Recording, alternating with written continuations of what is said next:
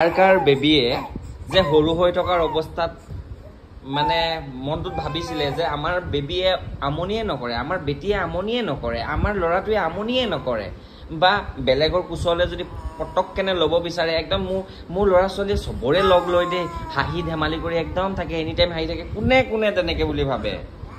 10 মাহ হওক, তাৰ পাছত আপোনালোকৰ এইবিলাক কথা খুবকৈ ক'লৈ যাব আপোনালোকে গমেই নাপাব। কাৰণ এতিয়া আমি অনুভৱ কৰিব পাৰোঁ যে ল'ৰা ছোৱালী 10 মাহ হোৱাৰ লগে লগে কিমান আমনি কৰে।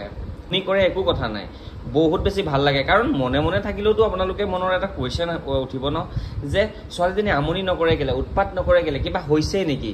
কিন্তু আমনি কৰিলে আকৌ ভাবে ইমান উৎপাত কৰে, তেনেকুৱা কথা নহয়। কথা হ'ল এটাই, দিন বাই দিন বাগৰি গৈ থাকিব, ল'ৰা ছোৱালী ডাঙৰ হৈ গৈ থাকিব। আপোনালোকে একদম নিশ্চিন্ত মনে যিখিনি কৰিব লাগে কৰি গৈ থাকক, ল'ৰা ছোৱালী এদিন নহয় এদিন ডাঙৰ হ'বই।